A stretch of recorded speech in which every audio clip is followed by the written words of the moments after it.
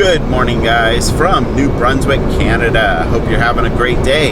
Today's video, 10 tips for crossing the United States, Canadian, and Mexican borders. Specifically today, we are in New Brunswick and crossing into Maine at the St. Stephen's border crossing, and on the US side is the town of Calais. All vehicles, please proceed slowly in assigned lanes and prepare for vehicle inspection. Number one, my favorite. If you cross borders often, then check into the different global entry passes. If you fly, you can use your global entry pass in the Nexus lanes, or if you just drive, check into the Nexus or the Sentry passes. Depends on which one fits the bill for you, but either are great options. Hey, I dig Mexico, man. I like to come back here when we got more time. Oh man, are we at the border already? Number two, did you know there's an app for crossing the borders? Yes, the U.S. Customs and Border Protection app is a priceless tool. It gives you the peak times so you can avoid them. It lets you know what lane you might need to be in and what size restrictions, and if you need to or even can use the commercial side when traveling in an RV. And I will have a pickup truck. Or possibly even a recreational vehicle. Number three, know what your purchases are and what the country you're departing and arriving in allows you to take with you. This will be a question they ask you when you get there, and usually for tourists, it's what did you buy in terms of tourism goods. But another example is if you're moving, if you're going to buy a second home in Mexico, you're allowed to bring a certain amount of new products and used products with you when you cross the border. And you have to know how much that is, and it's a number that changes regularly, so you just have to check online and figure out what your limitations are. Do they let you do that? Yes. No papers? No papers. Number four, food and contraband. You can almost guarantee that the U.S. is never going to allow you to bring citrus into the country. We always call the border and just find out what they're actually looking for at this time, because it can change. And throw it out! Throw it out!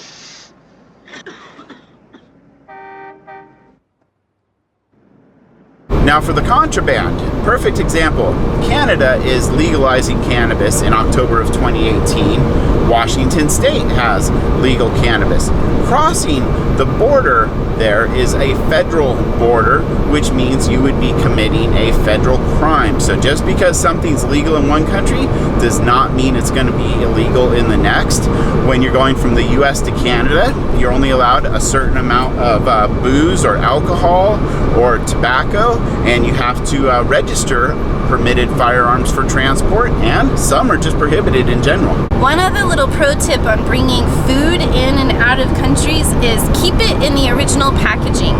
For example, we once brought rice and potatoes, but we'd taken them out of their original packaging, and so they took them away. Follow my lead. Are you bringing anything back into the United States, sir? Yeah. Number five, this one's easy. Have your documents for you and your pets ready to go. Now for you, that means a passport. There are no US borders that you can cross anymore without a passport or a passport card. If you require a visa, you'll need that with you as well. For your pets, you always want to carry your vaccination records with you. Mind you, we've never actually been asked to produce them, but you don't ever want to take a chance. Usually it's just the question, are your pets vaccinated? And you say yes. Now, if you look on their website, they also recommend that you have a health certificate for your animals, and in and out of Canada and Mexico, we've never actually been asked for this, so it's up to you whether or not you take that step.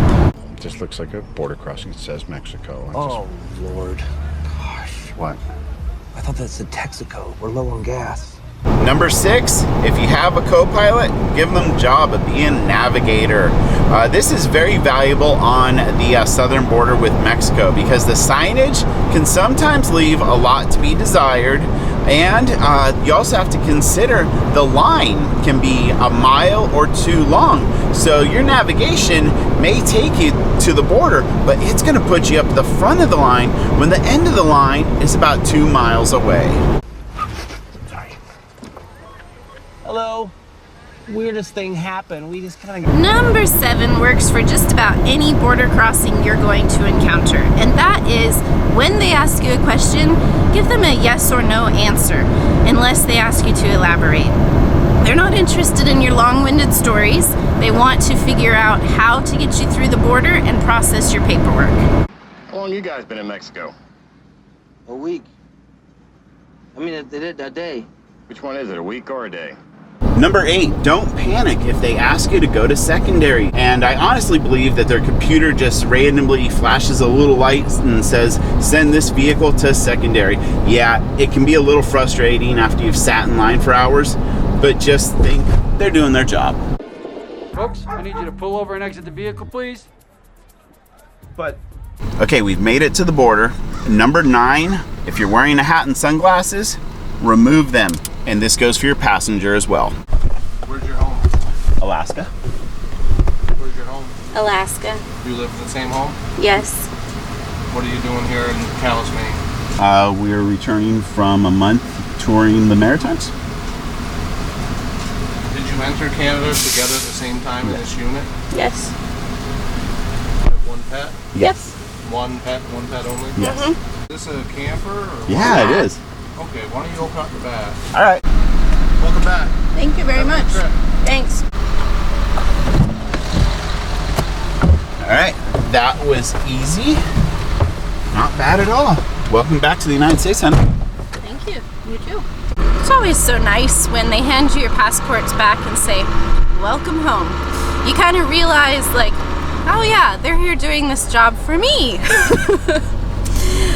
All right, like David Letterman says, number 10 is try not to carry more than $10,000 worth of cash back with you. I know this is a big issue for everybody, but yeah, that's the maximum amount, whether you're flying in or driving into the country. Okay, I hope you enjoyed this little video of 10 tips for crossing US, Mexico, and Canadian borders. If you want more travel, hit that subscribe button.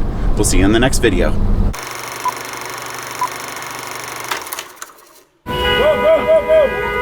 Thank you. Oh my God. Are you recording? I am, but what do you want me to record? We're blocking all the traffic.